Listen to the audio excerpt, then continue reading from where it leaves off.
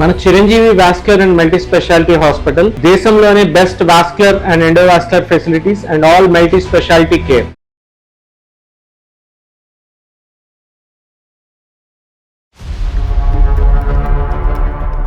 Madam గారు ఏమో ఇప్పుడు జాబ్ కి ఆమె బిజీగా ఉంటారు. సార్ మాత్రం ఇంట్లో డ్రింక్ చేస్తూ కొంచెం అప్పుడప్పుడు అదుకులాగా కోపంగా ఇట్లా కొంచెం ఉంటారు సార్. మంచి వాళ్ళే అన్న ఉద్దేశంతో ఇంకా ఆ రోజు కొంచెం లేట్ అయినా కూడా ఉన్నాను సార్. నేను అక్కడే ఉన్న తర్వాత మాట్లాడుతూ నాకు మనసు ఏం బాగాలేదు అలా ఇలా అని చెప్పి కొంచెం తప్పుగా ప్రవర్తించడం మొదలు పెట్టారు మేడం. Most expected response. ఆయన ఒంటి మీద చేయడం అలా చేస్తున్నారు సార్. అంటే మీ మేడంకి ఆయనకి ఏమైనా మధ్య డిస్కషన్ కానీ అలాంటిది ఏమైనా విన్నారా మీరు? గొడవ అనేది కొంచెం పెద్దదిగా అయింది. మేడం గారు ఎప్పుడో అరుస్తున్నారు, గట్టిగా అరుస్తున్నారు. మేడం గారు ఫోన్ లో మాట్లాడడం, డబ్బులు మిస్ అయిపోయడం, ఇట్లా ఎవరితోనో కొంచెం గట్టిగా మాట్లాడడం, ఇవన్నీ నేను పని చేస్తున్నప్పుడు వినిపించే మేడం. ఇప్పుడు నా పరిస్థితి ఏంటో నాకు అర్థం కావట్లేదు సార్. చెప్పుకునే పరిస్థితి కాదు సార్. నేను ముందు నువ్వు వెనకతలు పోయి ఒప్పుకుంటే ఒక సమస్య, ఒప్పుకోకపోతే ఒక సమస్య. ఇంకా నేను చచ్చిపోవడం తప్ప నాకు వేరే అవకాశం లేదు మేడం. కానీ ఒకప్పుడు అది పోలీసులు వాళ్ళు వాకబు వాళ్ళు ఎంక్వైరీలో తేలితే నన్ను జైల్లో పెడతానంటున్నారు కదా సార్ పోలీసులు వచ్చి. కోఆపరేషన్ చేస్తేనే జరిగింది అయిపోయింది అంతే. ఒక వివరం చెప్పేంత వరకు, కంప్లీట్ అయ్యేంత వరకు ఫోన్ మాత్రం కట్ చేయకండి. మీరెవరు సార్? మీరు ఇళ్ళకి వచ్చారు, మీరు ఎక్కడి నుంచి వచ్చారు, మీరెవరు? కాదండి, మేము ఆకాశం నుంచి వచ్చాం, అదంతా అనవసరం. మీరు తప్పు చేశారు. ఉద్యోగం అంత చదువుకున్నారు, మీరు చేసిన పని ఏంటి? మీరేం పని చేశారు? మీరు చేసినటువంటి పనికి నా జీవితంలో నేను మీకు ఎప్పుడూ రెస్పెక్ట్ ఇవ్వను. కానీ ఈరోజు ఆ అమ్మాయి జీవితం, ఆ అమ్మాయి భవిష్యత్తు మీ యొక్క నిర్ణయం మీద ముడిపడి ఉంది. మీరు మా కళ్ళు ఎదుర్కొంటే లేరు కాబట్టి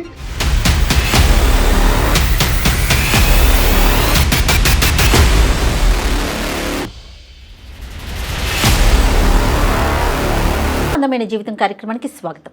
నమస్తే కళ్యాణ్ గారు. నమస్తే జయ గారు. కళ్యాణ్ గారు, ఒక 4 ఇళ్లలో పని చేసుకుంటే తప్ప రోజు గడవని ఒక ఆమె, తన పేరు శ్యామల. ఒక 4-5 రోజుల నుంచి కూడా వస్తూ ఉంది ఆఫీస్కి. నేను డైరెక్ట్గా కూడా మాట్లాడాను. తన సమస్య నాకు చెప్పుకుంది. తెలుసో తెలియకో ఒక తప్పు జరిగింది, అది వెంటాడుతోంది. తనకి ఏం చేయాలో అర్థం కావట్లా. ఇళ్ళల్లో పని చేసుకుంటారు. డైరెక్ట్గా మీరు ఇక్కడ ఉంటారేమో కలుద్దామని వచ్చేసింది తను. డాక్టర్ గారు ఇక్కడ ఉండరమ్మా అంటే, ఇట్లా అందమైన జీవితం ప్రోగ్రామ్ నేను చూస్తానమ్మా, ఈ ఎపిసోడ్ చూశాను, ఆ ఎపిసోడ్ చూస్తాను అన్నీ చెప్తా ఉంది. సరే నేనే ఫోన్ చేసి డాక్టర్ గారితో నీతో మాట్లాడిస్తానని చెప్పానండి. ఒకసారి మాట్లాడతానండి.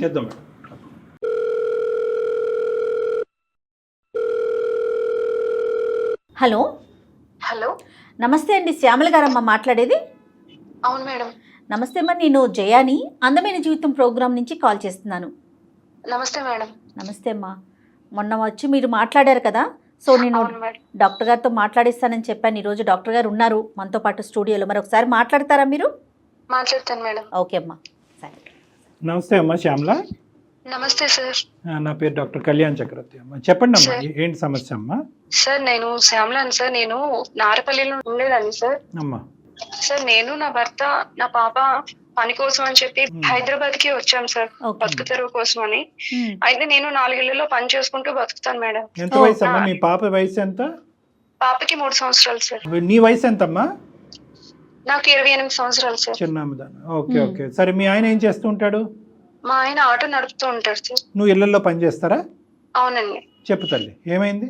ఇంట్లో ఇబ్బందుల కోసమని 4 ఇళ్లలో పని చేస్తూ ఉంటాను సార్. అన్ని ఇళ్లలోనే చేస్తావమ్మా, ఆఫీసులో అట్లా ఏమన్నా చేసుకుంటావా?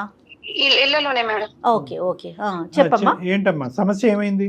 ఒక అపార్ట్మెంట్ లో పనికి వెళ్తుంటే పక్కింట్లో కూడా ఉందమ్మా, అక్కడ కూడా పనికి కావాలంట అని చెప్తే నేను అక్కడికి వెళ్ళాను మేడం. అప్పటి నుంచి 1 సంవత్సరం నుంచి ఒక ఇంట్లోకి పనికి వెళ్తున్నాను మేడం. ఆ ఇంట్లో మాత్రం ఒకసారి ఒక మేడం ఉంటారు మేడం. ఒక 6 నెలలు అలా బానే ఉంది మేడం. ఎందుకంటే నేను పనికి వెళ్ళడం, సార్ ఏమో ఇంట్లోనే ఉంటారు, అమ్మగారేమో మేడం గారేమో సాఫ్ట్వేర్, ఆమె అప్పుడప్పుడు నైట్ షిఫ్ట్స్ కు కూడా వెళ్తూ ఉంటారు మేడం. అతను ఎందుకు ఇంట్లో ఉంటాడమ్మా? అతను పని ఏమీ చేయరండి, ఇంట్లోనే ఉంటారు సార్. ఆయనకి వండి పెట్టడానికి అని చెప్పి మేడం పని చేయడానికి, ఆయన వంట చేయడానికి అని చెప్పి నన్ను పనిలో పెట్టారండి. సో ఇంటి పని వంట పని 2 మీరే చూసుకునేవారు? రెండు నేనే చేసేదాన్ని సార్. అమ్మగారుని సారు ఇద్దరు కూడా నిన్ను మంచిగానే చూసుకునేవారు? బాగా చూసుకునేవారు సార్. ఏదైనా కావాలన్నా సార్ కూడా ఏమన్నా ఇంట్లో పరిస్థితి బాగాలేదు అని ఏమన్నా చెప్తే సార్ కూడా ఇట్లా డబ్బులు ఇవ్వడం, పాపకి ఏమైనా పట్టుకెళ్ళము అని చెప్పడం, ఇట్లా అంతా బానే ఉండేది సార్. అమ్మగారు కూడా చాలా బాగా చూసుకునేవారు సార్. వాళ్ళకి పిల్లలు ఉన్నారా? లేరు మేడం. అతనికి వయసు ఎంత ఉంటదమ్మా? అతనికి ఒక 40 అట్లా ఉంటుంది అనుకుంటా సార్. 40 years, కానీ పిల్లలు లేరు? లేరు సార్. సరే చెప్తా. అమ్మగారు పనిచేస్తూ, మేడం గారు ఏమో ఇప్పుడు జాబ్ కి ఆమె బిజీగా ఉంటారు. సార్ మాత్రం ఇంట్లో డ్రింక్ చేస్తూ కొంచెం అప్పుడప్పుడు అదుకులాగా కోపంగా ఇట్లా కొంచెం ఉంటారు సార్. సో ఒకటి అతనికి ఉద్యోగం లేదు, రెండోది అతను డ్రింక్ చేస్తారు, మూడోది అతని వయసు 40 సంవత్సరాలు, వాళ్ళకి పిల్లలు లేరు. అవును సార్. కొద్దిగా ఇంట్రెస్టింగ్. ఓకే చెప్పమ్మా. ఆయన ఒక్కొక్కసారి కోపంగా ఉంటారు. అలా ఉన్న నేను మాత్రం నా పని చేసుకుంటూ పొద్దున్న రావడం, పని చేయడం, మళ్ళీ సార్కి పట్టేయడం, వంట చేయడం, ఆయనకి పెట్టేసి వెళ్ళిపోవడం, ఇలా వెళ్తూ ఉండేది మేడం. అయితే సడన్ గా ఏమైందో తెలియదు. ఒక రోజు సార్ కొంచెం డిస్టర్బ్ గా ఉన్నాను అంటే కూర్చోమంటే కూర్చున్నాను మేడం. అప్పుడు మేడం లేరా? అప్పుడు మేడం లేరు. ఓకే. మేడం నైట్ షిఫ్ట్ కి వెళ్ళారు మేడం. ఎప్పుడు ఉండేవాళ్లే కదా, బాగా మాట్లాడతారని చెప్పి ఇంకా ఆ రోజు నేను కూడా టైం అవుతున్నా కూడా ఉన్నాను మేడం అక్కడే. సార్ ఇట్లా మాట్లాడాలి అని ఏదో అంటే, సార్ అలాగే సార్ అని చెప్పి నేను ఇంకా అక్కడ కూర్చొని సార్ ఏదో చెప్తుంటే మాట్లాడుతూ యూజువల్ గా శ్యామల గారు ఏ టైం కి మీ పని అయిపోయేది, ఏ టైం కి మీరు రిటర్న్ అవ్వాలి? అంటే సార్ నేను సార్ కి వంట చేసి 6 గంటలకు వచ్చి ఆయనకి వంట చేసి భోజనం పెట్టేసి నేను 8 గంటలకు అలా వెళ్ళిపోవాలి సార్. 8 PM అమ్మ, ఈవినింగ్ 8 o'clock. అవును సార్. సో బాగా చీకటి పడిన తర్వాత వెళ్తాం. మీ అమ్మగారు ఎన్నింటికి వచ్చేవారు ఆవిడ? అమ్మగారు ఒక్కొక్కసారి 8 గంటలకు వచ్చేవారు, ఒక్కొక్కసారి 9 గంటలకి అట్లా ఆవిడ టైం కి వచ్చేవారు సార్. రావట్లేదు అని చెప్తే ముందుగా చెప్తే ఆ రోజు కొంచెం ఎక్కువ టైం ఉండి సార్ కి భోజనం పెట్టేసి అప్పుడు నేను వెళ్ళేదాన్ని సార్. Got it. సో ఆ రోజు అయితే మాత్రం నాకు మనసులో బాగాలేదు, దగ్గర కూర్చోమంటే కనుక టైం అయిపోయినా కూడా మీరు అక్కడ కూర్చున్నారు, మాట్లాడారు? అవును సార్. ఎక్కడ, హాల్లోనా వేరే చోట ఎక్కడనా? అక్కడే సార్, హాల్లోనే మాట్లాడుతూ ఉండి కూర్చున్నాను సార్. భోజనం అయిపోయింది, సార్ తిన్నారు, మాట్లాడాలి కూర్చోమ్మా అంటే కూర్చున్నాను సార్ నేను. సార్ ఎప్పుడు మాట్లాడేదే కదా సార్, ఆయన మంచి వాళ్ళనే అనుకున్నాను సార్. మంచిగా మాట్లాడుతూ ఉంటారు, ఎప్పుడు పిల్లల కోసం అని ఆలోచించిన పాపకు అది ఇది ఇవ్వడం వల్ల నేను కూడా ఆయన మంచి వాళ్ళే అన్న ఉద్దేశంతో ఇంకా ఆ రోజు కొంచెం లేట్ అయినా కూడా ఉన్నాను సార్ నేను అక్కడే. ఉన్న తర్వాత మాట్లాడుతూ నాకు మనసు ఏం బాగాలేదు అలా ఇలా అని చెప్పి కొంచెం తప్పుగా ప్రవర్తించడం మొదలు పెట్టారు మేడం. Most expected response. అంటే తప్పుడుగా ప్రవర్తించడం అంటే ఏంటి? అప్పుడే తాగి ఉన్నారా, మాత్రం డ్రింక్ చేసి ఉన్నారా? చేశారు సార్. అంటే ఇంకా ఏం జరిగిందమ్మా, అడగచ్చా మిమ్మల్ని? అడగచ్చు సార్. అంటే ఆయన ఒంటి మీద చేయడం అలా చేస్తున్నారు సార్. మరి మీకేమనిపించిందమ్మా, తప్పు అనిపించి మరి మీరు చెప్పాను సార్ సరే అదేం సార్ అలా చేస్తున్నారు, తప్పు సార్ ఇది అని చెప్పి అంటుంటే లేదు కొంచెం అర్థం చేసుకో, నేను కొంచెం బాధలో ఉన్నాను అలా ఇలా అంటుంటే నేను ఎంతగానో ప్రయత్నించాను సార్. ఎంత ప్రయత్నించినా కూడా ఆయన వినిపించుకోలేదు సార్ ఆ రోజు. సో ఏదైతే జరగకూడదో జరిగిందా అమ్మా? జరిగిపోయింది సార్.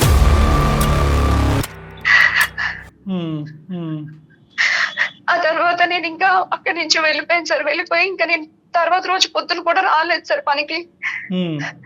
అమ్మగారు ఫోన్ చేశారు, మేడం ఫోన్ చేసి ఏమ్మా ఎందుకు రాలేదు, ఇంత టైం అవుతుంది అన్న కూడా నేను ఏదో సాకు చెప్పాను. కానీ మళ్ళీ ఫోన్ చేసి నువ్వు రా, జరిగింది ఏదో జరిగిపోయింది, అదంతా వదిలేసే మనసులో పెట్టుకోవద్దు, నువ్వు ఎప్పటిలాగే రా అంటే ఇంకా నేను తప్పక వెళ్ళాను సార్. ఆ రోజు మరుసటి రోజు వెళ్ళాను, సార్ ఏమో మామూలుగానే ఉన్నారు, ఏమీ జరగనట్టు. మేడం ఏమో వెళ్ళిపోయారు, సార్ అంటున్నారు ఇంకా జరిగింది ఏదో జరిగిపోయింది, నువ్వు ఇదంతా మర్చిపో, ఎవరికి ఏమి చెప్పొద్దు అని చెప్పి మేడంకి అసలు చెప్పొద్దు అని అన్నారు సార్. మేడం చెప్పొద్దు అన్నారు, నిన్ను మనసులో తీసేయమన్నారు, ఏమీ లేనట్టే మాట్లాడుతున్నారు. అవును సార్, అసలు ఏమి జరగనట్టే మామూలుగానే ఉన్నారు సార్. క్షమాపణ అడగటం గానీ సారీ అని చెప్పడం గానీ ఇదేం లేదు. అంటే జరిగిపోయింది కదమ్మా, ఇంక జరిగిందని మార్చలేం కదా, ఇంక వదిలేసే ఇక్కడతో, ఇంకెవరికి చెప్పకు, తప్పైపోయిందిలే, ఇంకా నువ్వు ఇద్దరం కలిసి తప్పు చేశాం కదా అన్నట్టుగా మాట్లాడారు సార్ ఆయన. అదే అతను అవసరానికి ముందుకు వచ్చి నీ అవసరం కూడా తీరినట్టు మాట్లాడాడు.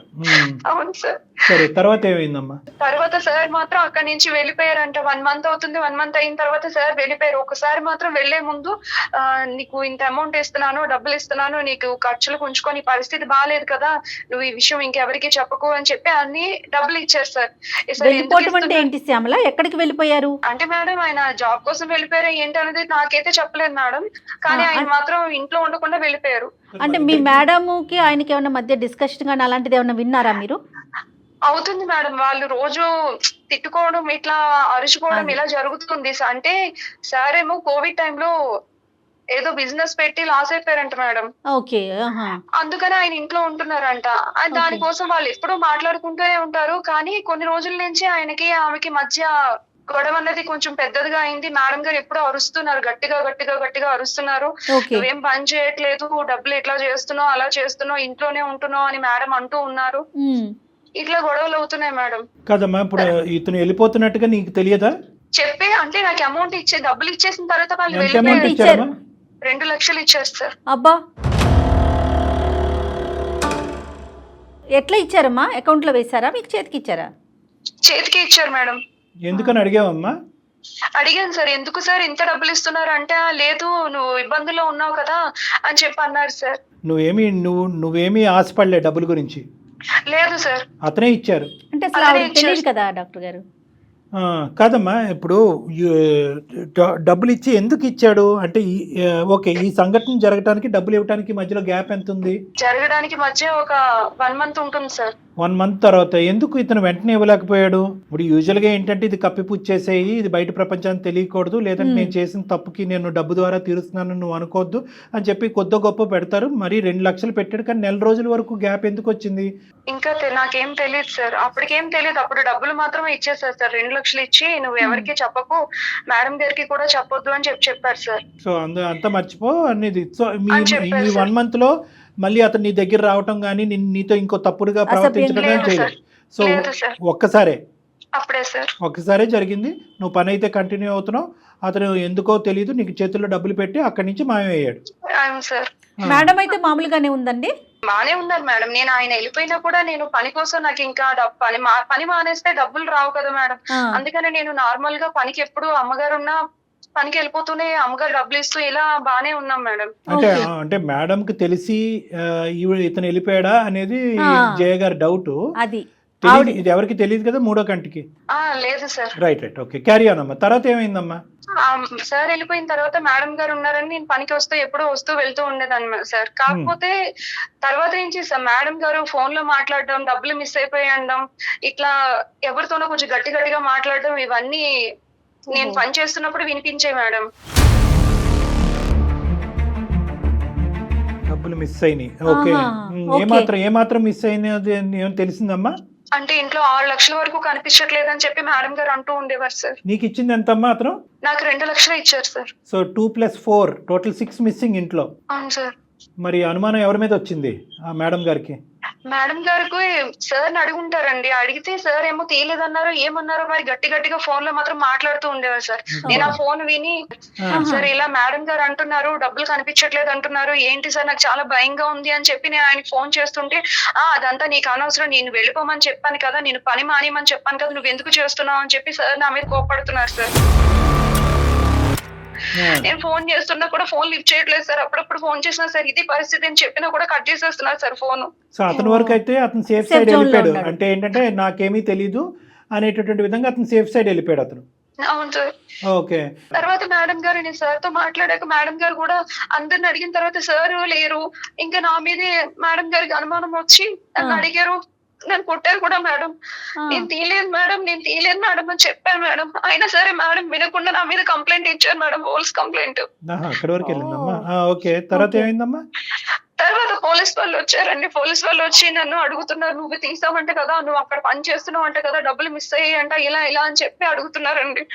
నువ్వేం చేసావమ్మా డబ్బుల్ని శ్యామల? ఆ డబ్బులు నేను నా భర్తకి ఇచ్చాను మేడం. అతను ఆటో నడుపుకుంటున్నాడు, ఆ పరిస్థితి కోసం అని చెప్పి మా అమ్మ వాళ్ళు ఇచ్చారు అని చెప్పి నేను అతనికి డబ్బులు ఇచ్చాను మేడం. సో నువ్వు నీ డబ్బులు కూడా మీ హస్బెండ్ యొక్క బ్రతుకు తెరువు గురించి ఇచ్చావు. అతను ఆటో కొనుక్కున్నాడు, ఆటో నడుపుతున్నాడు. ఆటో ఉండేదండి ముందు, ఆటో అమ్మేసి తర్వాత కార్ తీసుకున్నారు సార్. క్యాబ్ నడుపుతారు కదా సార్, అలా కార్ తీసుకొని కార్ నడపడానికి అని చెప్పి ఆయన కానీ మరి 2 లక్షలు అంటే మీలాంటి కుటుంబానికి 2 లక్షలు అంటే చాలా ఎక్కువ. మరి మీ హస్బెండ్ కి ఆ డబ్బులు ఇచ్చినప్పుడు అతను ఆశ్చర్యపడలేదు? ఇదేంటి ఎప్పుడు లేదు మీ అడిగారు సార్, ఇంత డబ్బులు మనకి ఎక్కడవే, నీకెక్కడి నుంచి వచ్చాయి, నువ్వు పాచి పని చేసుకునేదాన్ని, నీకు ఇంత డబ్బులు ఎక్కడే అని అడిగారు సార్. మీ అమ్మ ఇచ్చిందని చెప్పు. అవును సార్, అమ్మ దగ్గర ఉన్నవి అమ్మాయి నాకు ఇచ్చింది, అమ్మ వాళ్ళు ఇచ్చారు అని చెప్తే ఇంకా ఆయన ఇంకేం అనలేదు సార్. అప్పుడు అదేలే, ఇంకో మెట్టి ముందుకెళ్ళి మీ అమ్మను కూడా అడగలేదు. అడుగుంటే కనుక ఇంకో విధంగా ఉండేది. మీ అమ్మగారిని ఎంక్వైరీ చేయలేదు? ఏం అత్తమ్మ థ్యాంక్స్ 2 లక్షలు ఇచ్చారు థ్యాంక్ యూ అని ఏదో ఒకటి చెప్తారు కదా యూజువల్ గా. ఎలాగ అతను రాగానే 2 lakhs తీసుకుని జోబులో పెట్టుకున్నాడు? ఇది మీ అమ్మగారు అప్పుడప్పుడు ఇలా ఇస్తూ ఉంటారా మీ కుటుంబానికి?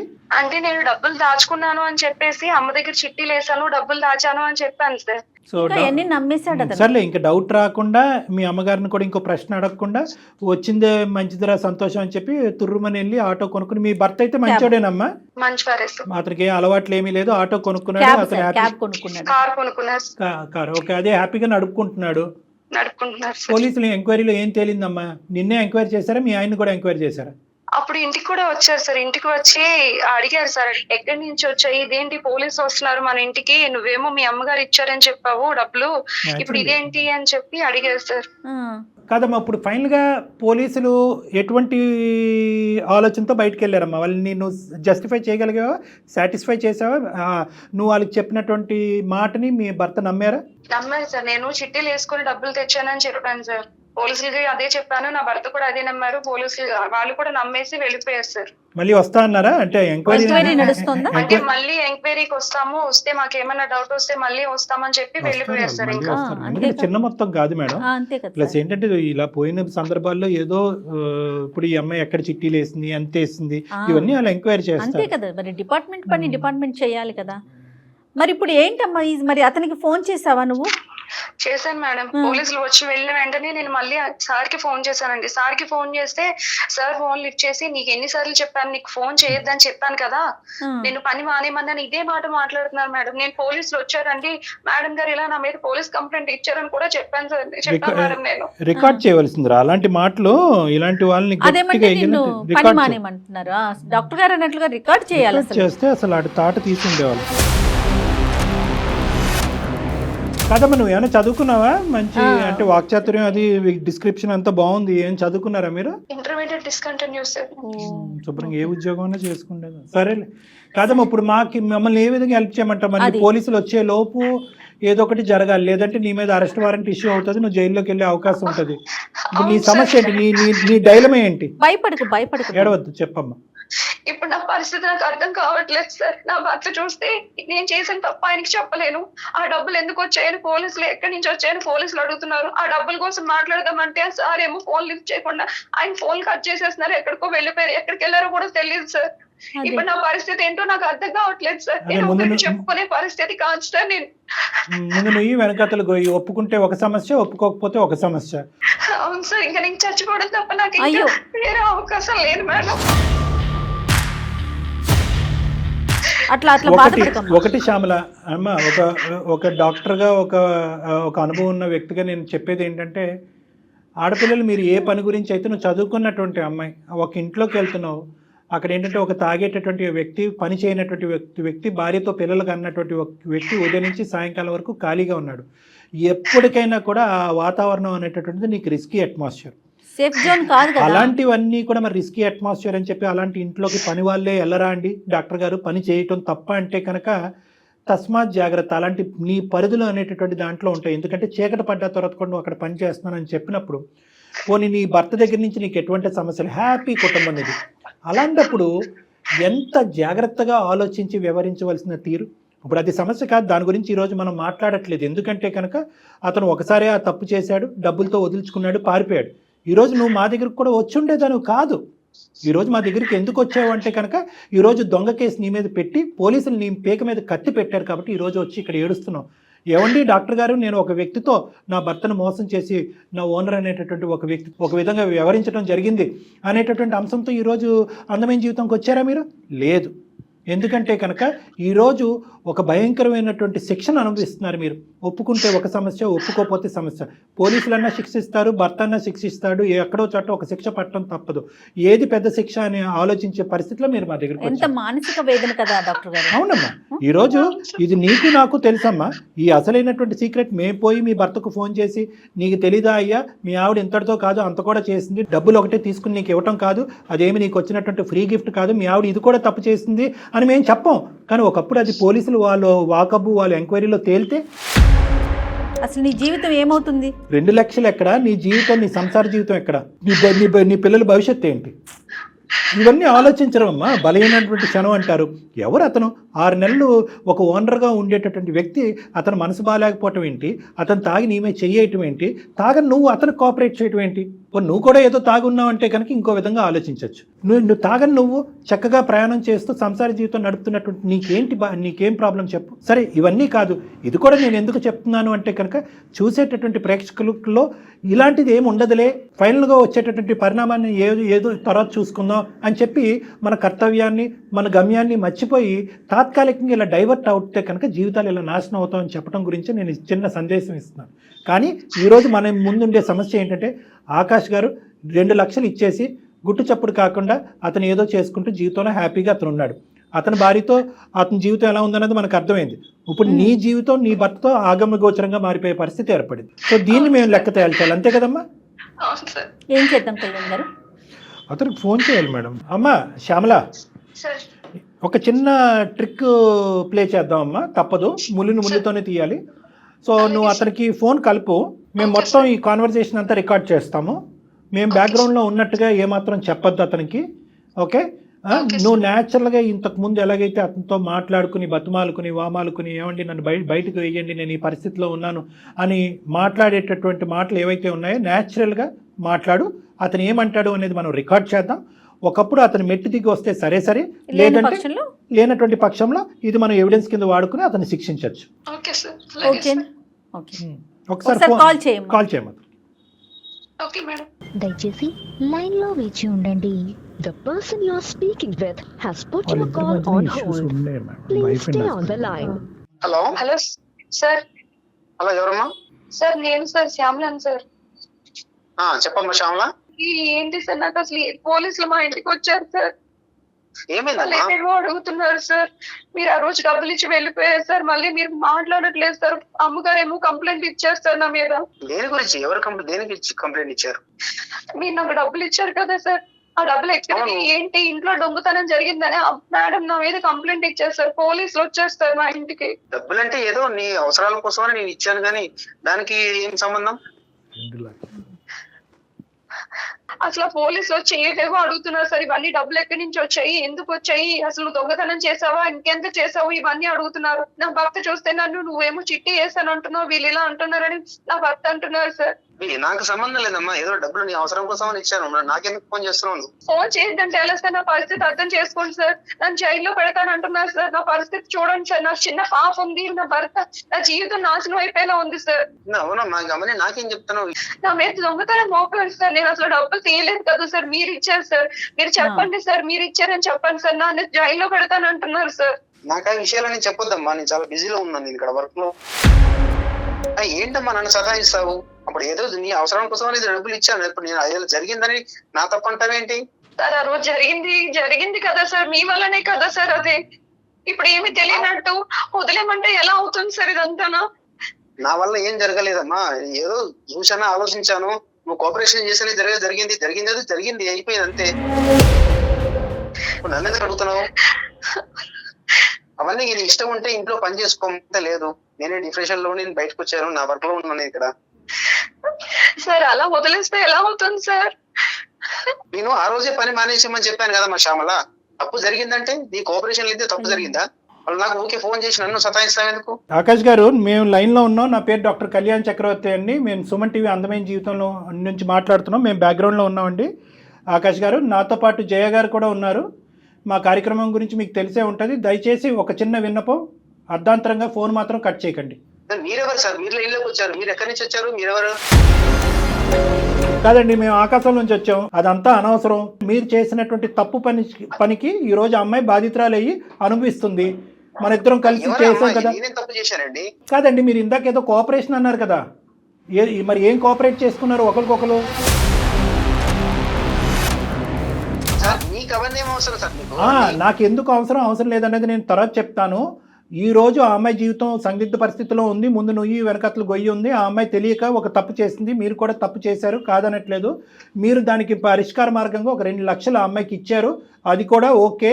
కానీ తర్వాత జరిగేటటువంటి పరిణామాలకు కూడా మీరే బాధ్యత వహించవలసినటువంటి అవసరం ఉంది. ఈరోజు ఆ అమ్మాయి చిన్నపిల్ల. వినండి. ఆ అమ్మాయి మీకంటే చిన్న వయసులో ఉండేటటువంటి ఆడపిల్ల. మీరు తాగినటువంటి మైకంలోనో లేదంటే ఒక పెద్దరికం అనేటటువంటి పొగరుతోనో ఆ అమ్మాయిని వశపరుచుకున్నారు. ఆ బలైనటువంటి క్షణంలో ఇద్దరు ఒకటయ్యారు. మీరు 2 లక్షలు ఇచ్చి వెళ్ళిపోయారు. ఆ అమ్మాయి మీ దగ్గర నుంచి తీసుకున్నట్టుగా ఒప్పుకోమంటారా? మీ భార్య ఎదురుగుంటా వద్దా? అదొక్కటి చెప్పండి.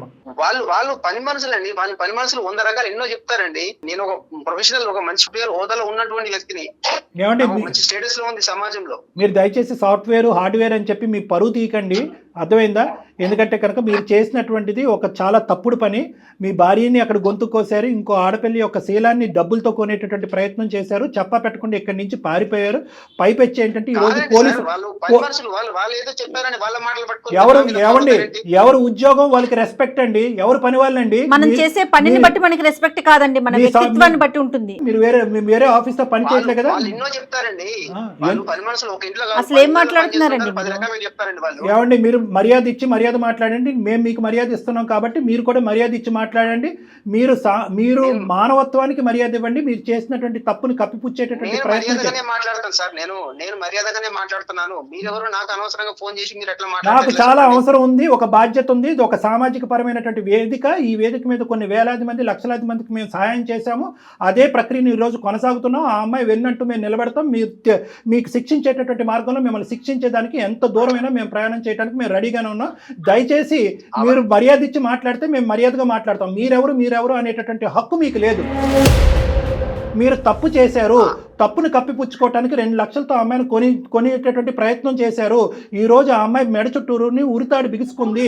ఈరోజు సమాజంలో ముందుకొచ్చి ఒప్పుకుంటే దొంగతనం అవుతుంది, ఒప్పుకోకపోతే ఒక సమస్య అవుతుంది. అందుగురించి నేను మిమ్మల్ని ఒక ప్రశ్న అడిగాను. డబ్బులు ఇచ్చింది మీ ఆయనే, నన్ను ఇలా వాడుకున్నందుకు డబ్బులు ఇచ్చాడు అని చెప్పి ఈరోజు కాన్ఫరెన్స్ కాల్ మీ భార్య కలిపి మాట్లాడదామా? అవన్నీ మీకేం అవసరం సార్? మళ్ళీ పదే ఆ మాట ఏంటండి? మీరు మీడియా తరపున మాట్లాడుతున్నాం మేము. ఒక డాక్టర్ గారు, ఆయన ఒక ప్రొఫెషనల్ లో ఉన్నారు. ఏం మాట్లాడుతున్నారు మీరు? ఉద్యోగాన్ని బట్టి మన వ్యక్తిత్వాలు ఉండవండి. ఉద్యోగం బట్టి కాదు. మరి ఉద్యోగం అంత చదువుకున్నారు, మీరు చేసిన పని ఏంటి? మీరేం పని చేశారు? దయచేసి వినండి, మీకు ఒకే ఒక మాట చెప్తున్నాను. మీరు ఆ అమ్మాయితో తప్పు చేశారా లేదా? తప్పు చేయడం అనేది కామన్ అండి. కామన్ కాదు, కామనా అన్కామనా? ఏమండి, కామనా అన్కామనా అనేది నా ప్రశ్న కాదు. తప్పు చేశారా లేదా అనేది నా ప్రశ్న. కామనా అన్కామనా, మా ఊర్లో ఇంతే, మా ఇంటా వంట ఇంతే, ఇవన్నీ మాకు అనవసరం. మీరు ఆ అమ్మాయితో తాగినటువంటి మైకంలో ఉండండి, తప్పు చేశారా లేదా? ఆ తప్పును కప్పిపుచ్చుకోవటానికి 2 లక్షలు ఆ అమ్మాయికి ఇచ్చి వెళ్ళారా లేదా? మీరు 6 లక్షలు దొంగతనం చేశారు. ఇంకో మాట కూడా చెప్తాను. ఏం ఆపద ఉందని చెప్పిందండి? ఏం ఆపదని చెప్పండి. శ్యామల, నువ్వేం చెప్పావమ్మా? ఆపదలో ఉన్నానని చెప్పావా ఆయనకి? అసలు జరిగింది చెప్పు ఒక్కసారి. నువ్వు అతను అలా మాట్లాడుతున్నాడు. నువ్వే అంట డబ్బుల గురించి ఆపదలో ఉన్నావు కాబట్టి అతని సుఖం గురించి అతనికి సుఖాన్ని ఇచ్చి డబ్బులు తీసుకుని వెళ్ళినట్టుగా మాట్లాడుతున్నాడు. అతన్ని కోపరా? ఏం అవసరం అండి? ఏం అవసరం ఉందని చెప్పింది ఆ అమ్మాయి? ఏం అవసరం ఉందని చెప్పిందండి? ఎందుకు మీరు పడుకోకముందు 2 లక్షలు ఇవ్వచ్చు కదా ఆ అమ్మాయికి అవసరం ఉంటే? పడుకున్న తర్వాత ఎందుకు ఇచ్చారు 2 లక్షలు? మీరు బ్లైండ్గా మీరు మాట్లాడేదే కరెక్ట్ అనుకోమాకండి. ఇక్కడ అన్ని రికార్డ్స్ అవుతున్నాయి. మీరు నోటుకు వచ్చినట్టు మీరు ఏదనుకుంటే అది మాట్లాడేయద్దు దయచేసి. 2 లక్షలు ఆ అమ్మాయి అవసరానికి ఇచ్చాను అని అంటున్నారు ఆకాష్ గారు. ఆ అమ్మాయి అవసరానికి ఇంకో మాట అడుగుతుంది. దయచేసి ఆ అమ్మాయికి జీవన భిక్ష పోయండి, ఆ అమ్మాయి సంసార భిక్ష పోయండి. ఈరోజు భర్త ఒక అనుమానంతో చూస్తున్నాడు, పోలీసులు ఒక అనుమానంతో చూస్తున్నాడు, మీ ఇంటావిడే ఆ అమ్మాయిని ఒక అనుమానంతో చూస్తుంది. ఆ అమ్మాయిని ఈరోజు ఇలా బతకనేవారు. ఆ అమ్మాయి నుయ్యా గొయ్యా అనుకుంటూ మా దగ్గరకు వచ్చి కూర్చుంది. డబ్బులతో సహాయపడటం అనేటటువంటిది గొప్ప కాదండి.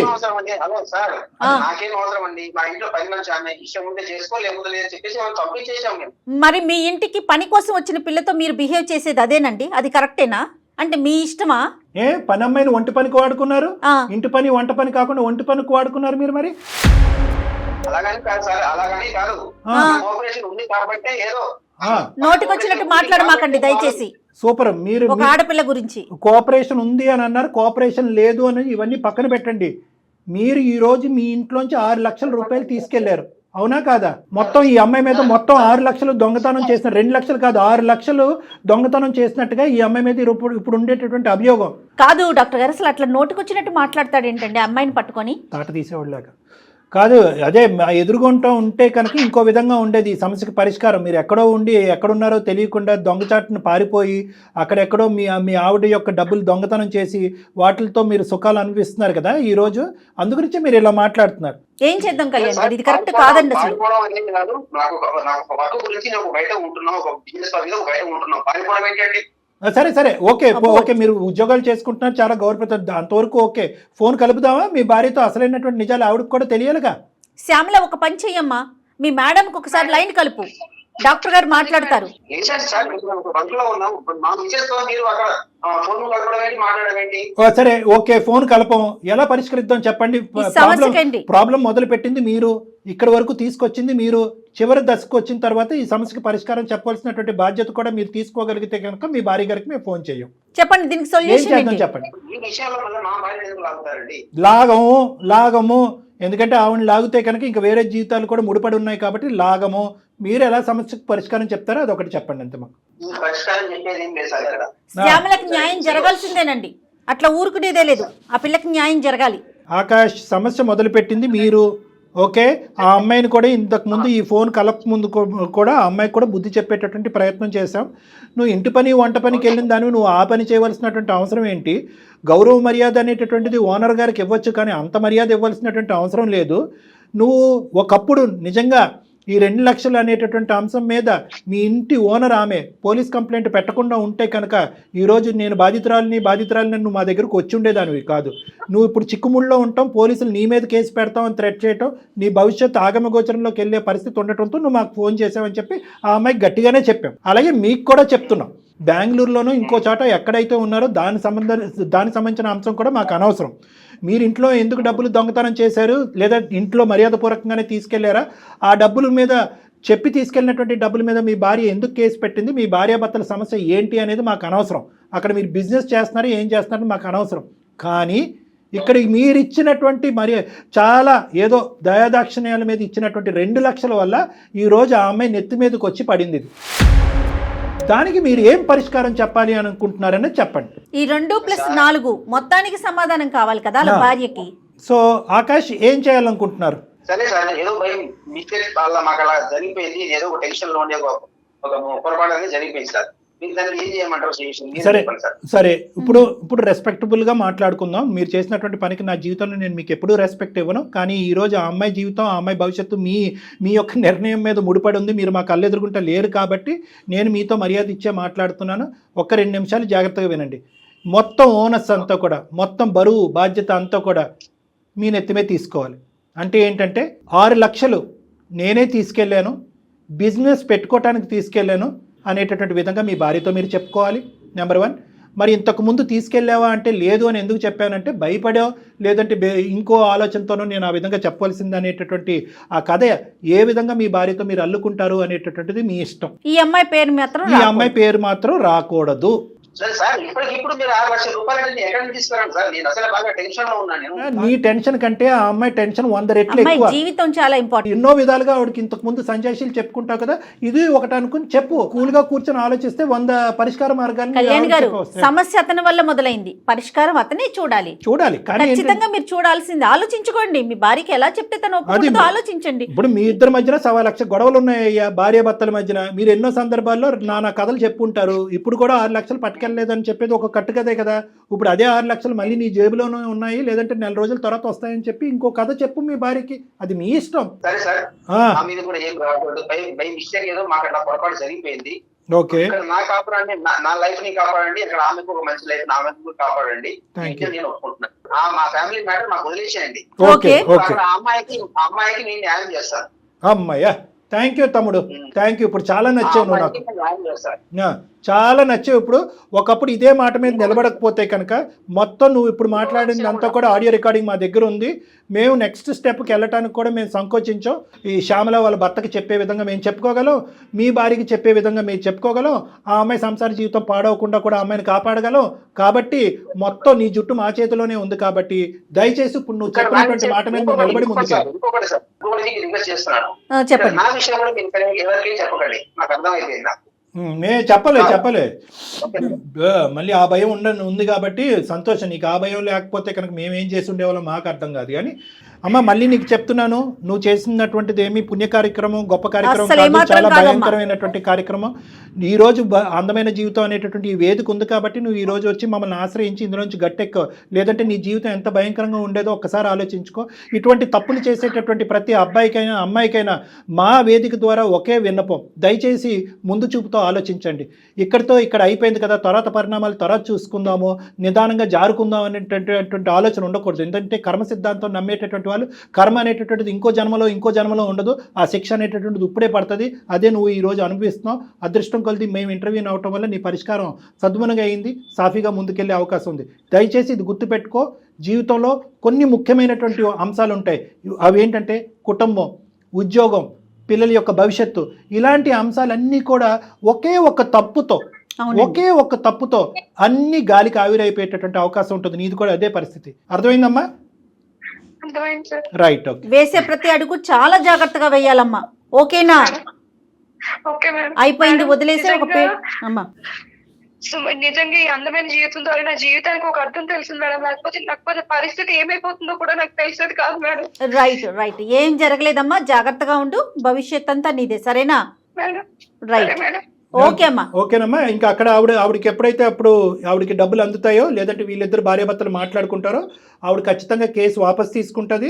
లేదంటే ఒకప్పుడు అవసరమైతే కనుక మేము కూడా ఇంటర్వ్యూ అవుతాం, ఆవిడతో కూడా చెప్తాము. ఆవిడతో ఏమని చెప్తామంటే కనుక ఇలాగ మీ వారితో మేము మాట్లాడటం జరిగింది, అతనే ఈ సమస్యకు పరిష్కారం ఏంటి అనేటటువంటి విధంగా మాకు ఫోన్ చేశారు, అతనే డబ్బులు తీసుకున్నారంటమ్మా, మీ వారే డబ్బులు తీసుకున్నారంట, దయచేసి మీరు చూసుకోండి, ఆ అమ్మాయి ఎవరినో ఇరికించే ప్రయత్నం చేస్తున్నారంట, ఆ అమ్మాయిని ఇరికించొద్దని చెప్పి మీ ఓనర్ అమ్మకు కూడా మేము చెప్పుకునే ప్రయత్నం చేస్తామమ్మా. ఓకేనా? రైట్. ఆవిడ కేసు ఓకే అండి. రైట్ అండి. అతనికి అర్థమైంది కళ్యాణ్ గారు, మనం లైన్ లో ఉన్నాము. మేడం శ్యామల దగ్గర నుంచి 2 things, శ్యామల దగ్గర నుంచి అతను నెంబర్ తీసుకోవాలి. ఈ రోజు ఇలా మాట్లాడినటువంటి వ్యక్తి రేపు ప్లేట్ ఫిరాయించడం అనేది మనకు నమ్మకం లేదు. ఎందుకంటే అతను ప్లాన్ బి, ప్లాన్ సి ఏవో రకరకాల ఆలోచిస్తాం. ఫోన్ పెట్టిన తర్వాత మనం ఫోన్ పెట్టేంత వరకు అతను కాబట్టి అతని నెంబర్ కూడా మనం తీసుకోవాలి. ఇంకా శ్యామల యొక్క కథ కంచికి చేరినట్టు కాదు. ఎందుకంటే మనం నెక్స్ట్ స్టేజ్ లో కూడా, అంటే ఆ అమ్మాయి మీద పడినటువంటి కేసు కూడా వాపస్ తీసుకునేంత వరకు మన పోరాటం అనేది కొనసాగాలి. తనకి మనం సపోర్ట్ చేయాలి. కానీ మీరు పదే చెప్తా ఉన్నారు చూడండి, ఆడపిల్లలైనా మగపిల్లలైనా మనం ఏం చేసిన ప్రతి క్షణం కూడా మెలకువతో, జాగరూకతో, అంటే దానివల్ల ఇబ్బంది మనకి కలగకూడదు, మన కుటుంబ సభ్యులకి కలగకుండా ముందుకు వెళ్ళాలి కదండి. అవునమ్మా. రైట్ అండి. Thank you so much Kalyan గారు. నమస్తే.